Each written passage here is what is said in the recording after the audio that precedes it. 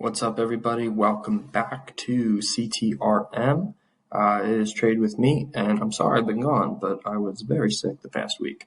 Not from the market, but from actual physical sickness. But we have some CTRM news, which I think is worth taking a look at. And of course, we're going to start with their balance sheet from September 30th, 2020.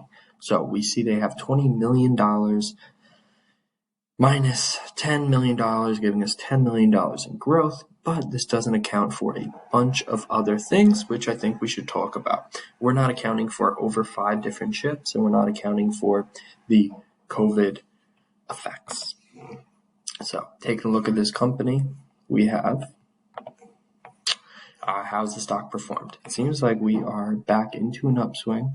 If you follow the stock every day, if you're looking at the 1 hour, the 1 minute, you'll see that the stock has taken a pretty harsh pullback like most things and is now trying to find its new level.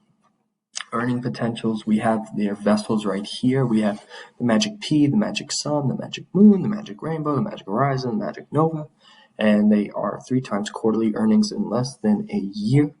Their operating expenses went up due to COVID, but we've talked about this in past videos. Everybody's operating expenses went up in past COVID, and they have so much more to offer, right? If we take a look at their newer ships, 2010s to be exact, they have almost $10,000 in daily gross charter rate. Doesn't mean that the ships are used every single day. They do have port days, they do have desalination days, but for the most part, this fleet is very, very strong.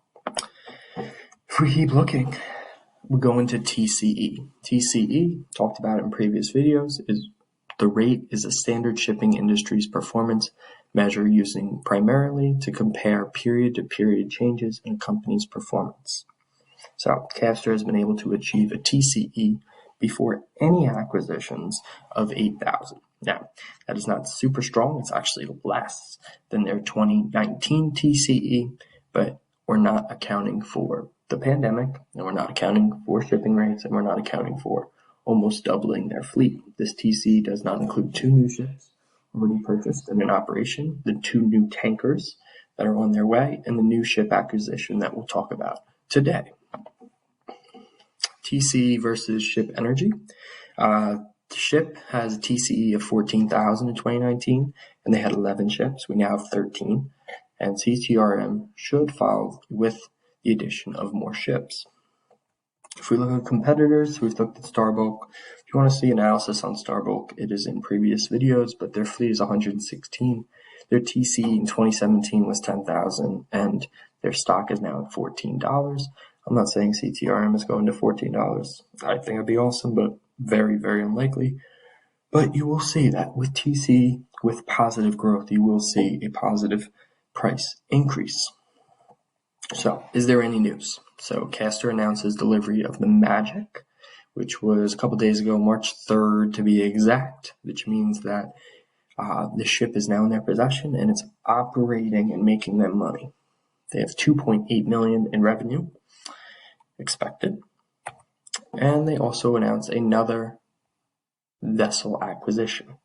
Assuming the ship is similar to the 2010s that they already have, their fleet will be averaging another $10,000 a day in daily operating revenue. That's not profit. It does cost money to operate the ships. If you look back at their earnings report, it seems like the ships cost about $2,000 to $4,000 per day to operate. So that gross rate is not profit. It's going to be revenue.